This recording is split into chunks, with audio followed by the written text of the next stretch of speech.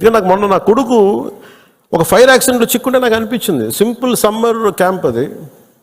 Fire యాక్సిడెంట్లో చిక్కుకుంటే పక్కన ఉన్న ఒక బిడ్డ చనిపోయింది, ఇంకో పక్కన ఉన్న బిడ్డ మొత్తం కాళ్ళు చేతులు మొత్తం కాలిపోయినాయి.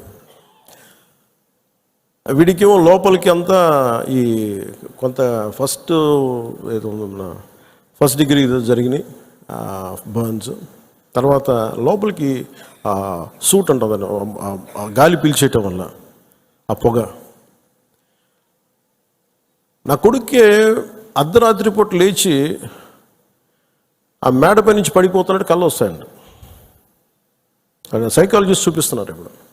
అలాంటిది మధుసూదన్ గారి పిల్లల్ని చనిపోయిన ఇన్ని కుటుంబాల తాలూకు మీరు వాళ్ళు ఆలోచించండి.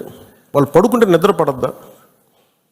తుపాకులు వస్తాయి, తుపాకీ చప్పుళ్ళు వినిపిస్తాయి, భర్త హాహాకారాలు వినిపిస్తాయి, తండ్రి ప్రాణాలు కోల్పోవడం వినిపిస్తాయి. ఎంత ఘాతుకం అది. ఒకటి చనిపోవడం, ప్రాణాలు కోల్పోవడం ఒకటైతే మానసికంగా దాన్ని తేరుకొని బయటికి రావడం చాలా చాలా కష్టం.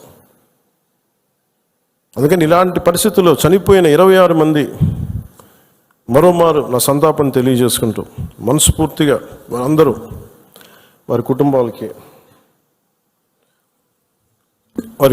వారి అందరి కుటుంబాలకి దాదాపు మీకు